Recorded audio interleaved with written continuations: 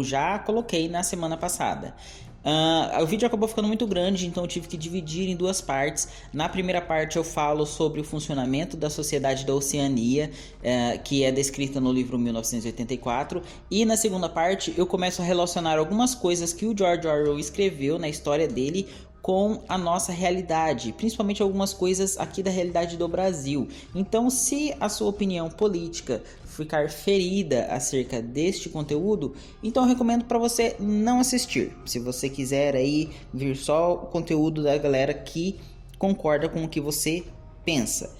Porém, é muito importante que a gente veja outros pontos de vista. Então, considere assistir o meu conteúdo e prestar atenção nas coisas que eu estou falando aqui. Porém, se você realmente não estiver afim, ou se você quiser assistir especificamente para destilar comentários negativos ou fazer alguma observação que não seja aí muito agradável ou não muito educada, eu devo dizer a você que você está perdendo seu tempo, porque realmente, se você não concorda com o conteúdo, você estar vendo e decidir comentar alguma coisa negativa, a única perda de tempo é sua. Mas de qualquer forma, assista aí, que eu acho que você vai aí relacionar algumas coisas muito importantes do que ele escreveu há mais de 50 anos atrás, 60 anos atrás, com o que acontece hoje em dia. Então é muito importante mesmo, eu recomendo que vocês assistam e aí pensem certinho sobre como a sociedade está se encaminhando de uma forma não muito boa para o que ele escreve nessa história. Então, sem mais delongas, aqui vai a continuação do meu vídeo sobre 1984. Para vocês terem uma ideia, existe até mesmo nessa sociedade os chamados 2 minutos de ódio. São 2 minutos que a pessoa para tudo que ela tá fazendo, que ela tá trabalhando, que ela tá fazendo em casa, né? Para ela ficar de frente a essa teletela. Na verdade, eles costumam fazer telões grandes, né? Como se fossem cinemas, né? Nos trabalhos, igual o Winston, ele trabalha no Ministério da Verdade, então todo dia tem os 2 minutos que ele para o trabalho dele e vai num auditório, tem uma tela de cinema, e eles passam pelos 2 minutos de ódio, em que o governo coloca ali imagens do grande inimigo dele. Eles colocam até um inimigo chamado Goldstein, que seria o grande inimigo do grande irmão, um traidor, um cara que ele começou junto com o regime, mas ele rompeu e ele é o cara que quer destruir tudo e tudo mais. E da mesma forma que a gente não sabe se o grande irmão existe, a gente não sabe se esse Goldstein ou Goldstein, se ele existe. E o George Orwell, ele até colocou de propósito o sobrenome do cara como sendo Goldstein, porque, se não me engano, é um sobrenome que lembra alguma coisa dos judeus, sabe? É um sobrenome tipicamente judeu. Então, para colocar como as pessoas tem aquela ânsia por ter um inimigo, para alguém para odiar. Então o governo coloca uma figura para que essas pessoas odeiem. As pessoas passam 2 minutos ali xingando, jogando coisas na tela, odiando aquela figura, e depois de todo aquele ódio, todo extravasar, toda aquela raiva, aparece a imagem do grande irmão para aquelas pessoas adorarem esse cara, para dizerem como ele é o nosso salvador, é o cara que vai trazer a esperança, que traz a esperança e tudo mais. E que aquele inimigo quer destruir esse cara, né? Além dessas 2 semanas, desses 2 minutos de ódio, também existe a Semana do Ódio, que é uma comemoração anual em que as pessoas desfilam xingando e destruindo imagens deste grande vilão. E muitas vezes, no meio dessa, igual acontece no livro, no meio dessa passeata, dessa Semana do Ódio, o governo, ele muda o inimigo, ou sai uma notícia diferente, alguma coisa assim, e as pessoas naquele momento elas têm que mudar todo o pensamento. Se o inimigo era a Lestásia e o aliado era a Eurásia, e no meio da passeata essa coisa muda, essas pessoas, elas automaticamente rasgam tudo que havia do outro e colocam imagens e elas atribuem como sendo foi uma conspiração dos traidores e tal. De acordo, elas compram o discurso que o governo coloca. Então 1984 é um livro muito atual, ele é muito atual mesmo. Poderia ficar aqui horas falando sobre como essa história tem paralelos muito importantes com a nossa sociedade hoje em dia, principalmente nessas épocas de pandemia, nessa época em que existe a verdade real, né? Seria um pleonasmo falar a verdade real, porque se é verdade, é real, né? Mas existe a verdade real e a verdade veiculada, a verdade após verdade, a verdade em que é veiculada pelo governo e tudo mais. E as pessoas acreditam nessa verdade, né? Então, o que é verdade? Aquilo que é real ou aquilo que eles querem que acredite que é real? Então, é muito importante esse livro. Ele é muito... você tem muita aplicabilidade na nossa sociedade hoje em dia. Para vocês terem uma ideia, nessa sociedade de 1984, até as relações entre as pessoas são diferentes. Então você não chama as pessoas de senhor ou de senhora, né? Ou não existe conceitos como o amor entre duas pessoas, né? Existe, que é como um resquício da sociedade do passado, mas o governo tenta abolir isso, para que nenhum cidadão tenha preferência um pelo outro. Então, até o fato do casamento, por exemplo, duas pessoas elas querem se casar. Elas não têm como querer se casar porque elas se amam, né? Elas simplesmente escolhem ali porque pela afinidade de gerar novas pessoas, novos indivíduos para o partido. Então elas vão até o governo e declaram a sua vontade de se casar, na verdade a sua vontade de cumprir um dever com o partido. Elas se casam, elas têm ali em alguns momentos, né, as relações para gerar uma nova criança, mas não existe amor. De fato, se duas pessoas se amam, essas pessoas são inclusive separadas, né, pelo governo. O governo não quer que as pessoas em geral, elas tenham esse tipo de pensamento, exceto um setor muito específico da sociedade, que a gente vai falar agora, que são os proletas. Os proletas, eles formam a grande maioria da sociedade, e eu tava muito ansioso para falar sobre esses caras, porque essa sociedade, em 1984, ela é dividida em três grupos. A gente tem um núcleo do partido, que são pessoas que são consideradas uma elite, né? Pessoas que, apesar de elas terem ainda que obedecer a tudo que o governo fala, elas não podem sair da linha, elas têm certas regalias, né? Esse núcleo do partido, eles formam só 2% da sociedade. Então são bilhões de pessoas e só 2% formam o núcleo do partido. Depois nós temos os outros 13%, que são os membros do partido mesmo. Então, os membros do partido, como o Winston, que são pessoas que estão em constante vigilância, elas precisam estar praticando esse duplo pensamento a todo momento, né? Conforme o governo muda de opinião, elas têm que mudar de opinião e acreditar que aquilo sempre foi daquele jeito. Então, o Winston, ele faz parte desses 13%. E também tem o restante, os outros 85% da população são os proletas. Proletas que vêm de proletário, né? São a mão de obra barata, né? São as pessoas que, enfim, desde os que vivem nas ruas até as pessoas de mercado negro, as pessoas que são soldados, na verdade, escravos, né? As pessoas que fazem coisas cotidianas. O governo, ele joga determinadas coisas para essas pessoas, para elas não se voltarem contra ele. Então, as próprias músicas que o governo determina, as músicas que vão ser criadas, né, para mudar todo o pensamento dessas pessoas. Então, por exemplo, não é permitido aos membros do partido para que eles amem uns aos outros, né? Para que eles tenham um relacionamento, nem mesmo o sexo por prazer é permitido, né? Somente para fins de procriação. Já entre os proletas, né? Entre os proletários, isso é estimulado. Fala assim, não, o que for para descarregar a raiva dessas pessoas, para essas pessoas não se voltarem contra o governo, joga para essas pessoas. Então, músicas que grudam na cabeça, né? Como a gente tem hoje em dia, músicas que de repente no TikTok você tá ali e vem uma música pá, e fica aquela música dias na sua mente.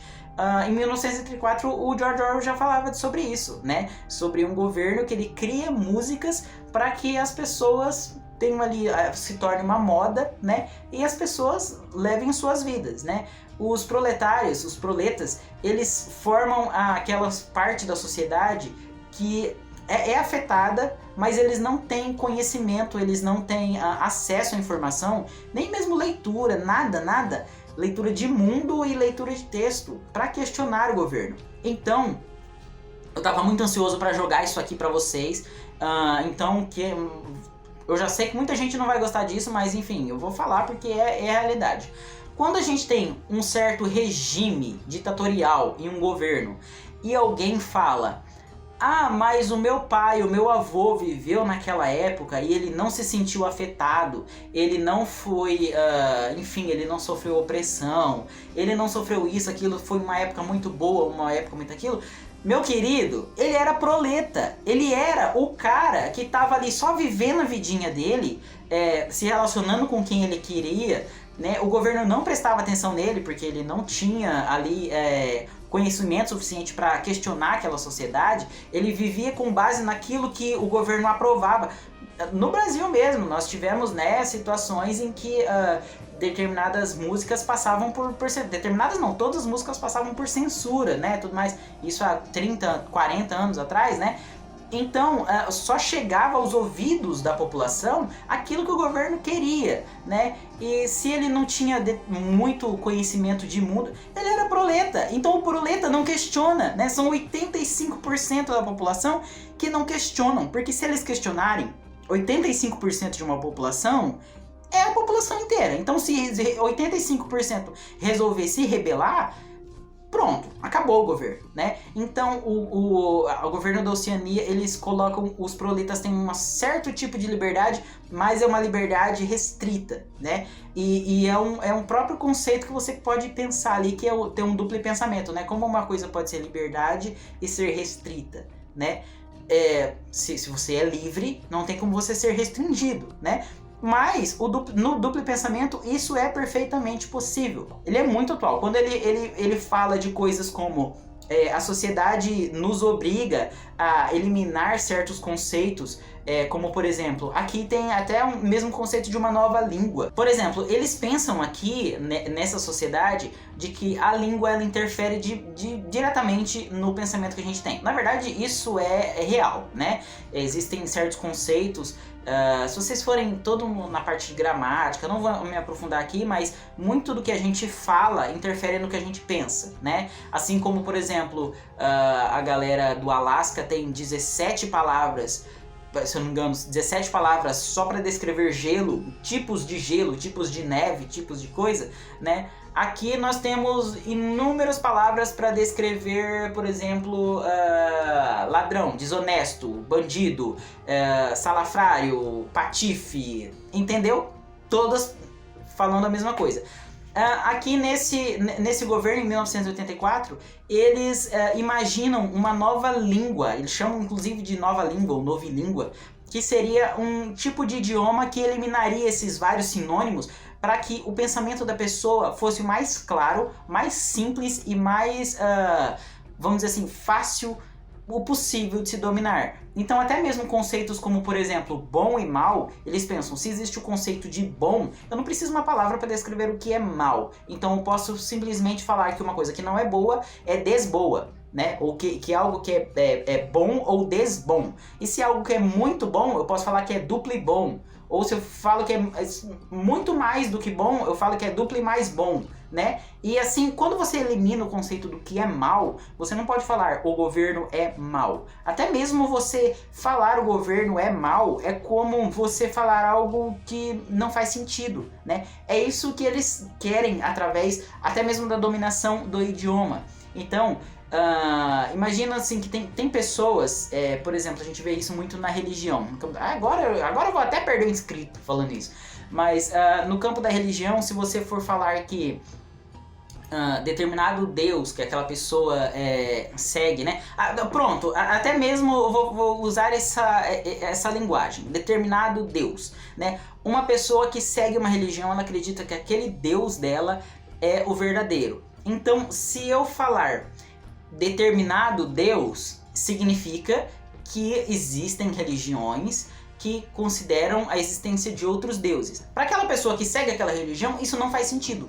Não, porque se o meu é o único, não existe outro, né? Então esse é o conceito que eles querem aplicar para tudo, cara. existência ou não existência da corrupção, de dominação, de liberdade de opinião, liberdade de expressão, até mesmo amor, ódio, tudo tem que estar de acordo com o que o governo determina que é o certo. Talvez existem duas frases nesse livro que explicam muito bem sobre como funciona esse tipo de manipulação mental, e uma delas é que diz que liberdade é a liberdade de você dizer que 2 mais 2 são 4. E existe um diálogo no livro, assim, mais pro final, em que um membro do governo questiona, né, um personagem sobre e se o governo disser pra você que 2 mais 2 são 5? Você tem que acreditar que são 5. Né? E aí ele fala, não, mas não tem como 2 mais 2 serem 5, né? Ele falou assim, você tem que acreditar que... Não é que tem que acreditar que 2 mais 2 são 5. São 5 e sempre foram 5 e sempre vão ser 5. E se a gente disser que é 3, sempre foram 3, sempre vai ser 3, é 3. E se alguém disser pra você que for 4, essa pessoa está errada e você tem que denunciar essa pessoa por isso. Mesmo que na sua cabeça for verdade, não é verdade. Você tem que acreditar que é verdade e você tem que esquecer que um dia foi alguma outra coisa e de que existe um conceito além daquilo que você acredita agora. Então, é um pensamento de que a verdade só existe dentro do partido, só existe dentro do governo, e que se você disser, não, 2 mais 2 não são 5, são 4, isso é uma verdade que está fora do governo, fora do partido. E não tem como algo ser verdade fora do governo, fora do partido, se não existe nada fora do governo, fora do partido. Entendeu? É tão incrível essa história. Já é um dos meus livros favoritos. Eu favoritei, dei 5 estrelas, se não me engano, dei 5 estrelas pra ele no Scooby. E eu favoritei esse livro porque ele... eu não tenho condições de reler ele esse ano. E eu acredito que talvez aí pelos próximos 2, 3 anos eu não vou reler ele. Mas eu, sempre que eu puder, eu vou reler essa história, porque 1984 é muito real. Ele é muito real. Algumas partes são pesadas, né? Tem... pesadas de texto mesmo, tem alguns conceitos que vão ser jogados ali, que é quase um livro didático, mas é muito aplicável na nossa sociedade. A segunda frase dele, que talvez seja mais importante para se entender a história de 1984, que é: quem controla o passado, controla o futuro, e quem controla o presente, controla o passado. E é isso que o George Orwell ele fala nessa sociedade, que se alguém controlar o passado, porque o passado é história, né? A gente só entende, a gente só consegue prever as coisas que vão acontecer no futuro, as coisas que vão dominar a nossa vida, a nossa coisa no futuro, como é que vai ser futuramente, analisando tudo que aconteceu no passado. Então, vamos pensar assim, por exemplo, hoje em dia nós vivemos uma realidade de pandemia, certo? Há 100 anos atrás, durante a Guerra Espanhola, durante a gripe espanhola, nós vivemos uma realidade de pandemia também, e depois teve tudo o que aconteceu na sociedade. Vários anos antes, nós tivemos o caso da peste negra e depois tudo que veio depois, certo? Então, nós só podemos prever o que vai acontecer depois dessa pandemia se a gente analisar o que aconteceu nas pandemias anteriores, certo? E se houver um governo que simplesmente tiver acesso ao nosso presente e a modificar o passado, né, a mudar os fatos históricos. Não, gente. O que aconteceu depois da gripe espanhola foi... Os livros históricos dizem que aconteceu X, mas na verdade aconteceu Y. E eles eliminarem tudo que descrevia como sendo X, a realidade passa a ser daquela forma, e tudo que eles fizerem acontecer depois vai bater com o que eles disserem, né? Então, isso joga muito, assim, por exemplo, quando a gente vê determinados ícones históricos, né? A gente pode falar do Brasil mesmo. Os livros históricos dizem alguma coisa, os outros registros dizem outra, e a gente pode verificar o que é certo, o que é errado, o que tem um viés, o que não tem, o que é parcial, o que não é, né? E a gente pode construir a nossa verdade. Se chegar um governo que resolver eliminar tudo isso, tudo o que diz A, o que diz B, o que diz C, e você pode analisar tudo isso e formar a sua verdade. Se ele resolver eliminar todas essas opções, jogar tudo fora, queimar e apresentar uma só, vai ser aquela, né? Então, você controlando o passado, você afeta o que acontece no futuro. E se você domina tão completamente o presente ao ponto de você pegar todas as evidências passadas e você jogar fora e você apresentar uma única verdade, aquela vai ser a verdade para sempre. E você pode editar ela infinitamente, né? Ficar pegando tudo aquilo que você não concorda e jogar fora e apresentar uma nova verdade, sempre vai ser aquilo, porque não existem provas de que foram de uma outra forma, né?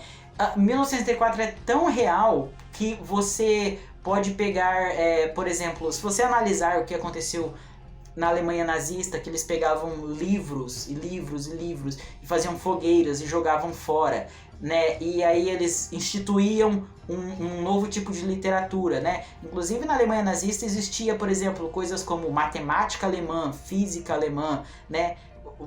Eles mudando próprios conceitos simples como a matemática, a física, a química para obedecer ao que o governo acreditava, né? A biologia principalmente, né? Porque eles acreditavam numa superioridade e tudo mais. E depois, quando eles foram perdendo a guerra, eles pegavam todos os registros, tudo aquilo que havia de campos de concentração, todas aquelas coisas, e queimavam, jogavam fora, né? E até nos anos 80, nos anos 90, muitas pessoas acreditavam que os campos de concentração não existiam, né? Inclusive eu recomendo muito um filme, existe livro também, mas um filme chamado Negação, que conta dos anos 90, de um determinado escritor que ele acreditava, ele tinha muitos adeptos de que os campos de concentração para a eliminação dos judeus não existia. Isso nos anos 90, né? Os anos 90, 50 anos depois, você vê que existe essa tentativa. Muitas vezes, de vez em quando, aparece um governo que tem essa tentativa de mudar a realidade, mudar tudo que existia, tudo que falava sobre o inimigo, o ponto de vista do inimigo, e mudar para esse pensamento. A gente pode voltar, enfim, são muitas coisas, eu não posso me estender muito aqui, porque o vídeo já está ficando enorme, mas até mesmo se você voltar a tempos bíblicos, você pesquisa aí, você vê que existia sociedades que invadiam outras, né, e que as outras sociedades tinham seu modo de viver, tinham seus deuses, tinham suas religiões,